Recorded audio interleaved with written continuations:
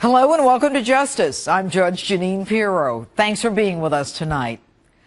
There is a sacred trust between a country and its leader, between a president and the people he leads. When a leader violates that trust, the people from whom he derives his power have the inalienable right to remove him. You may agree or disagree with what I'm about to say.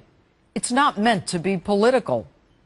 Whatever the context, when you let things slide one after another, the foundation deteriorates. Even water sliding down a rock begins to wear at it and break it down. And like that rock, our very existence is in jeopardy. Barack Obama has put us in that jeopardy yet again. The latest, exchanging a man whose own platoon soldiers call a deserter, who voluntarily left his unit during combat, in itself a death-eligible crime, for 5 of the worst Taliban terrorists in Gitmo.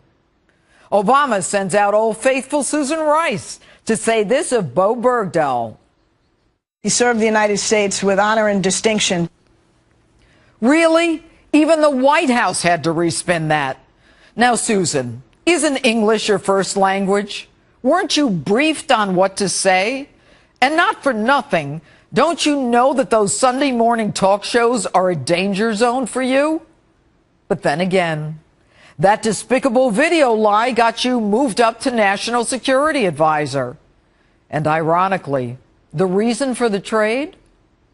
What we did was ensure that, as always, the United States doesn't leave a man or a woman on the battlefield. Pray tell, Susan, is it okay to leave some behind? The trade surprised even Congress. It comes with some surprise and dismay that the transfers went ahead with no consultation, totally not following the law. And that's a Democrat. Enter our president. We had a prisoner of war whose health had deteriorated, and we were deeply concerned about, and we saw an opportunity and we seized it, and I make no apologies for that. But when key senators didn't buy the ill excuse, a new narrative emerged. The Taliban would kill Bergdahl if you followed U.S. law and told Congress. Seriously? Mr. President, my sources tell me that you knew Bergdahl's location for months. Why didn't you send in SEAL Team 6? It would have made another great photo op. Why didn't you send in those drones? Could it be, Mr. President, he was your excuse to release 5 Taliban terrorists from Gitmo? Those 5 men, the worst of the worst. Some wanted by the UN for mass murders, killing thousands, Al-Qaeda connected. These are the guys who behead their enemies, including children. They hate America and everything we stand for. And you released them, knowing many returned to the battlefield because Arab country Qatar assured you that they do not pose a threat to us? And you're good with that? You buy it? You think 12 years in Gitmo has softened their resolve to kill us? Mr. President, you didn't just release them. You unleashed them. And you alone will be responsible for the hell that will be unleashed on us. You have teed us up for death and destruction. And don't give me this hogwash that they're prisoners of war who have to be freed when we leave Afghanistan. They are not prisoners of war. The Taliban is not a country. They are enemy combatants who can be held indefinitely and should have been tried for their crimes. And as much as you want to take terms like Islamic extremist and jihad out of our lexicon, the war on terror is far from over. You didn't have to release them. And I don't give a damn whether you try them at Gitmo, in a military tribunal, or in a federal court.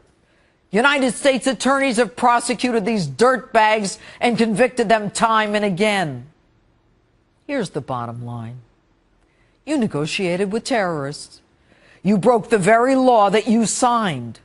You have shown terrorists that they can win concessions by kidnapping Americans. In the history of this country, we have never traded mass murderers for a deserter. My father and grandfather fought in World War II. Ironically, you go to Normandy 70 years later, where my grandfather was injured, and make like you respect the military. You call yourself a commander-in-chief.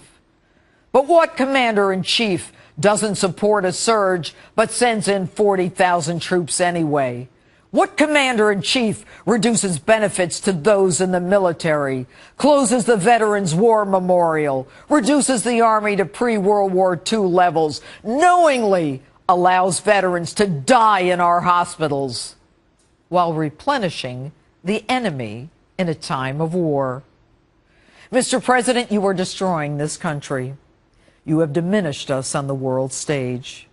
You have trampled on the very laws that you swore to uphold. You are not a true commander-in-chief. We've impeached a president for lying about sex with an intern.